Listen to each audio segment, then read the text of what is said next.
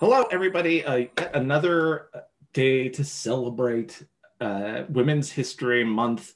I'm Lou Aducci. I'm head of community experience here with Tiltify, and I threw a big net, and I got the fortunate luck to have so many amazing creators want to chat with me about all the amazing things that they do when they're not fundraising on Tiltify, but also tap into some of those things that they do when they do fundraise with Tiltify. I'm with Georgia, otherwise known as Fiercekittenz online. And I'm excited to kind of dive into all the things you do, Georgia. You are a creator. You are a seamstress. You say you call yourself a hobbyist seamstress on your website, but I've seen your stuff. I do. It's pretty cool. Well, because if I call myself like a professional, there's like a different connotation to it. Like, technically at this point, yes, I guess you could say I'm a professional. And I think the last time I touched that blog was like 3 years ago. All right, fine. Yeah. And then you are a photographer. Yeah, once upon a time. I'll do it for fun and for friends, but not for money anymore. But really, the way I was kind of introduced to you was through fundraising, specifically through the folks at St. Jude Play Live. We're really like, if you want to know somebody who's going to love to dive into anything new that Tiltify is doing, you have to go talk to Georgia, and that's kind of what led us here to have this conversation. So I'm excited to know about like your journey into content creation. I mean, what is that? What does that look like? How did you get into it, and why are you crazy enough to do it on a regular basis? So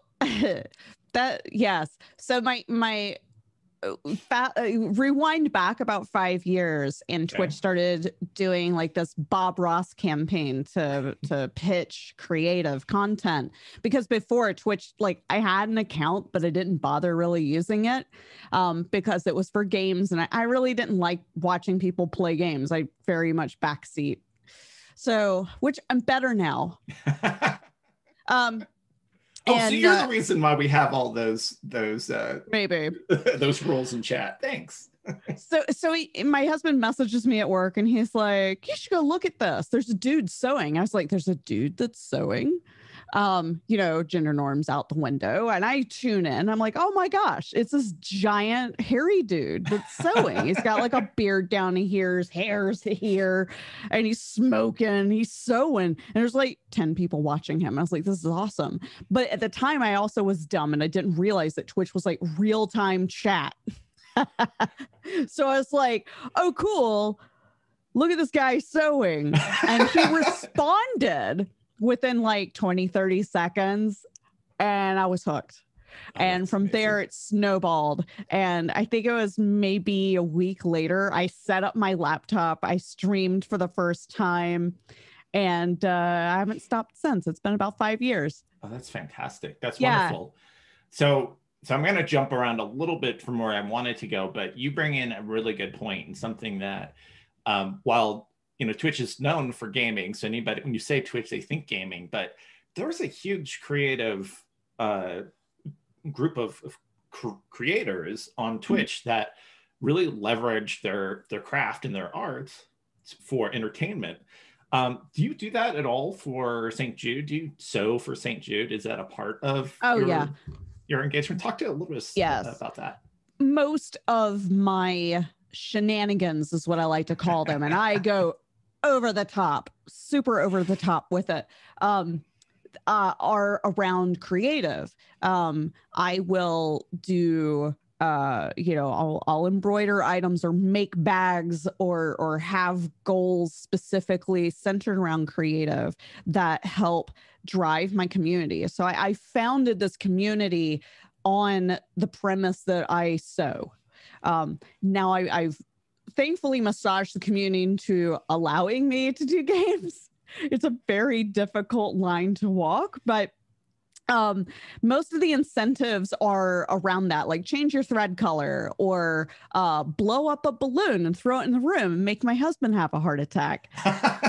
It's just there's 3 machines in here, sewing machines that draw a lot of power. Plus, when you plug in the iron, it's like an electrical nightmare. Oh, wow. So, yeah, so he didn't like the balloons, but things that kind of troll, but also nice things like making patches to give away, or, St. Jude swag. We have permission to make some creative things just for St. Jude and give it away. And, and I don't raise money just for St. Jude, although St. Jude is near and dear to my heart.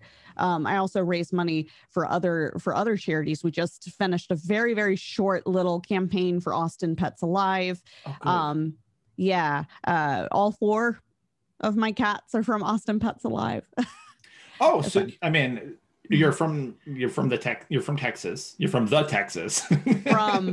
I moved here. I'm a transplant. Oh, okay. So were you affected by the freeze over the last couple of weeks? I was, and my community and a friend's community wanted to give money to us to help. And I was like, we've got insurance. We're going to be fine. I'm just stressed about it because, my house is falling apart. So I was like, let's redirect this energy towards charity that will directly affect a local organization, not go, to some unknown organization up in the sky kind of thing, just something local where I know it's going to make an impact. And it did. They called me to thank me. Wow. Yeah, and it wasn't, we didn't raise all that much, but every little bit matters. Oh yeah, especially when it's a crisis like that. And yeah, that's one of the things what you just described that I love about the Tiltify community is their ability to mobilize and even like pull us along for that mobilization too. They're like, hey, we're not seeing these charities. How can we get them on board? And I mean, that's if anytime you think like Tiltify is amazing, and I'm sure everybody says that, but it's not us really. It's like we've been brought along by this amazing community of content creators and passionate advocates for these causes. So that is a wonderful example of how the community really does redirect that energy back to a local cause. So you mentioned when we spoke previously that you're going to be doing something this month. What's your charity campaign for the month of March? It's for able gamers. Great! I'm in a stream team actually with Steven Spawn, and he's the COO of Able Gamers, and myself and another streamer are going to be doing a big stream this Saturday, actually. It's kind of a thing. So I have figured out over the years the best thing to incentivize people is to torture me, and I hate the Bean Boozled things, but they're terrible, but they are, but it works. I don't fake it. I get some deep hate, but I also hate quilting. And I'm not entirely sure why. I think it's the patience. I lack patience. I like to get a project done, and quilting just makes me think that it's going to take months to finish. Right, because you have to organize each piece, and that's the idea. So I'm quilting on Saturday while Quiltoni narrates the stream, and then all of the incentives are based around annoying me. So yeah, we're doing that big stream for Able Gamers. I'm really glad. One of the things that I wanted to do going into 2021 and even toward the tail end of last year was try to target different charities, because there are so many awesome charities out there, and there are things that my community can do. And St. Jude's always really close to me because of the impact that cancer has brought to my family. And so I try to give back because I don't think kids should have to go through what I've been through. I did not have cancer. I have the breast cancer gene, not to get like super deep and dark, but everything's taken care of and I'm fine. And my risk is super low now, but kids shouldn't have to go through any of this mess. They shouldn't have to worry about it. So that's there's a personal touch there, but with Able Gamers, the personal touch is, my friend Steve and my cousins, who can't play video games without accessibility. So that's a really important topic, and I think it gets drowned out a lot. Oh, absolutely. I know that Stephen was pushing to raise $1 million. He announced it his 40th birthday, I believe, and he's really Yep. pushing hard this month to make it happen. And this is one of the things I love, is seeing the communities within communities like kind of rally around these, I mean, these kind of these icons, almost heroes. And I think Steven's one of those folks who really is an amazing advocate for gamers who have disability, who have the need for that support to do something as simple as something we take for granted. For those of us who like playing games, Georgia, we take it for granted. No, that's amazing. Wow. So when you're thinking about like, you leverage the rewards and the incentives, what has been your favorite incentive or reward or target or pool that you've either created or that you've participated in? Maybe one of your co-streamers or your team members have used. Fart alerts. Wait, excuse me. Explain fart alerts. So a lot of the popular alert applications allow you to have themes. And I created a theme pack with fart. Using royalty-free sounds, created a theme pack with fart alerts. And I just give this stuff out. Like okay, I'll go over that. But anyway, fart alerts are the best. Everybody loves them because they make me giggle so bad. And like, it's just like, a little toot when somebody drops a bit, it's one bit in chat and it's just toot, and you do it over and over again. Like after a minute, it's like, okay, I'm crying tears. So, but the thing is like I share this with people, and I don't feel like it makes sense in a charity setting to hoard secrets on how to effectively raise money for a good cause. Right. And the other thing that people use are gift bot alerts. I wrote a bot called gift bot, which I'm sure you've heard of. A lot of people have. It's just a really simple dumb bot that listens to Twitch events and plays an animation, sound, movie files, whatever, to that. So I have like user groups of people that are like, you donated, so you get access to these special alerts. And there's a bunch of those, and people aim to get in on that so they can access them. And I usually have special alerts just for Tiltify donations and like specific amounts to let me know when something happens. So it's not just a generic ta-da. When a donation is done, I actually get an audio trigger, because unlike gaming streamers, I might not be at the screen. Right. I might be at my cutting table or sewing machine. So I need audio cues to know what's going on so I don't miss an incentive. But people try to do that. They love that. No, I love the scope of all the areas that you have an expertise in. You are a fantastic fundraiser. You are a pretty dang good photographer. I've seen some of the some of your photos. You are an amazing seamstress, and then you're also an application developer. Where'd you get all these skill sets? Like, what drives you to go down all these avenues? Boredom. I actually program. Wait. For You said living. you had kids. How can you possibly be bored? No, because they're getting to that point where mommy isn't cool anymore. Oh, okay. No, I've been programming professionally for 20 years, 18 of that in the video game industry. Okay. I just don't say where I work for privacy reasons. Of course. I don't want my chat to turn into, what are you doing today? Or, oh, so-and-so said this about blah. And then there's a 1 hour video on YouTube dissecting my one sentence or an eye twitch. It would take 2 seconds, right? For that to happen. Exactly. So, for the sewing and the photography and all that, those were hobbies that I now share with people. And the reason that I monetize things like the sewing, embroidery, etc., is so that I can afford this crazy getup, supplies and things. it's like I only need so many purses. So I got to a critical threshold where it's like, I guess I should open a shop.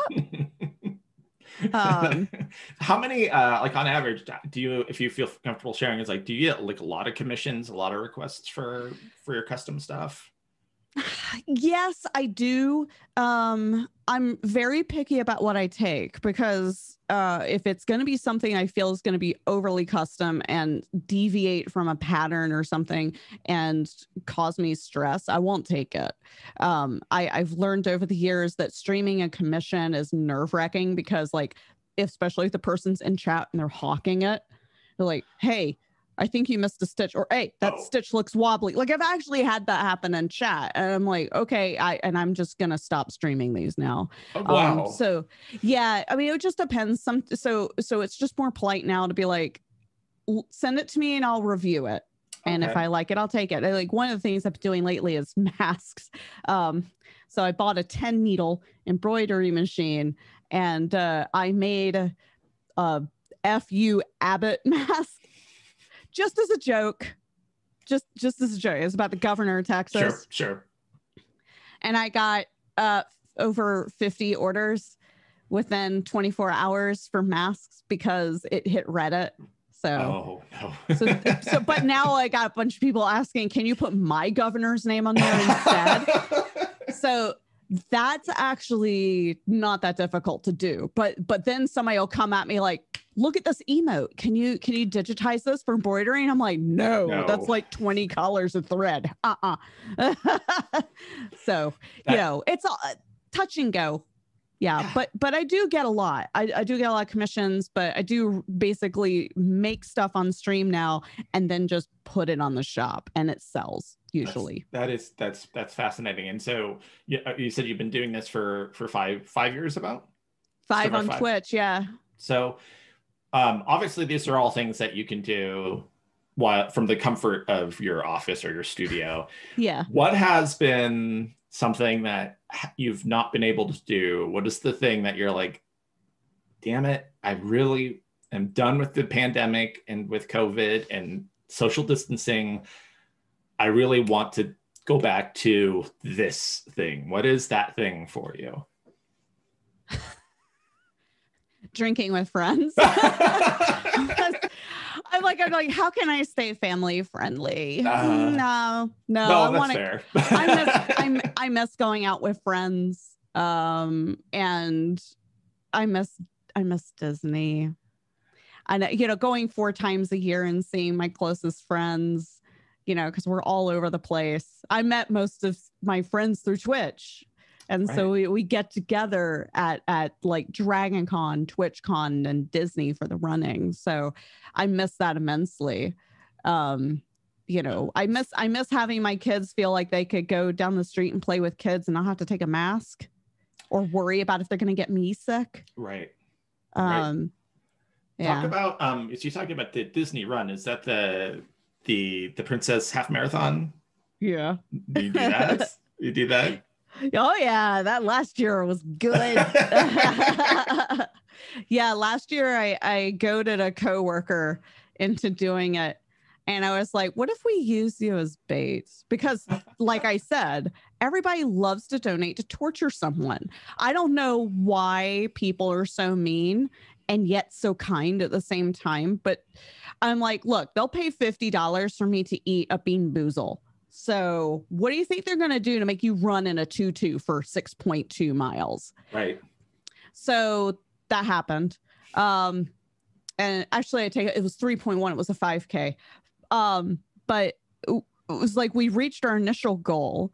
And then I was like, crap, we got to think of stretch goals. And it became like unicorn snot in the beard. I do your full makeup. Now you have to wear a shiny tiara. Now you have to wear light up shoelaces, a pink shirt, and the top donor gets his name on the back or whatever he wants to say on the back. And it just kept going. And so, Shane goes on this run with me and he's full on decked out, got the handlebar mustache going on and everything. And he's got a little wand with a star on it.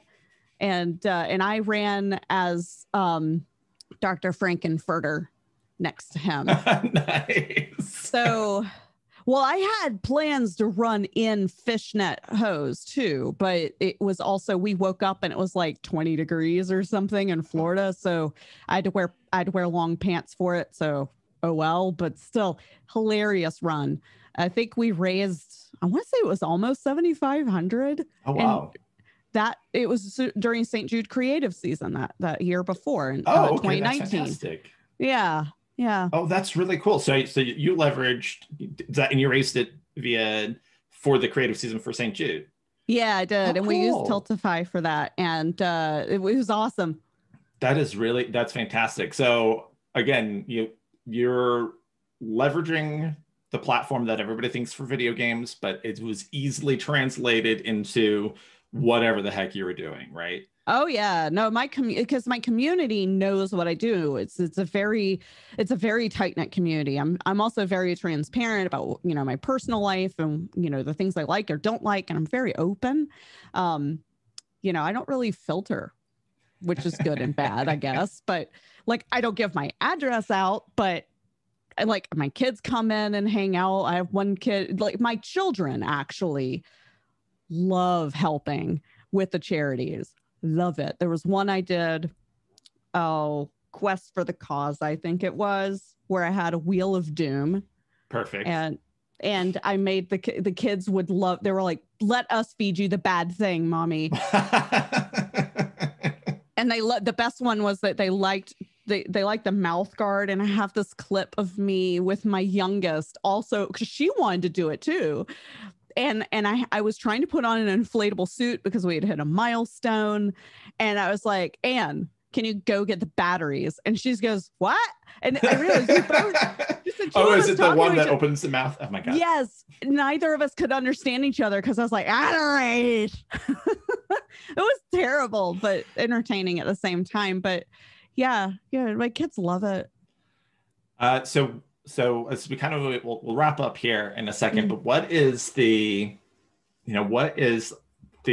if you can put it on one thing as to why you fundraise, like why support these causes, what is that little thing that bubbles up inside you that motivates you and pushes you forward? It's the energy of helping others, the serotonin kick that I get from actually doing good and not just sitting here and doing a streaming just for me, but also putting some creative energy toward helping other human beings or animals.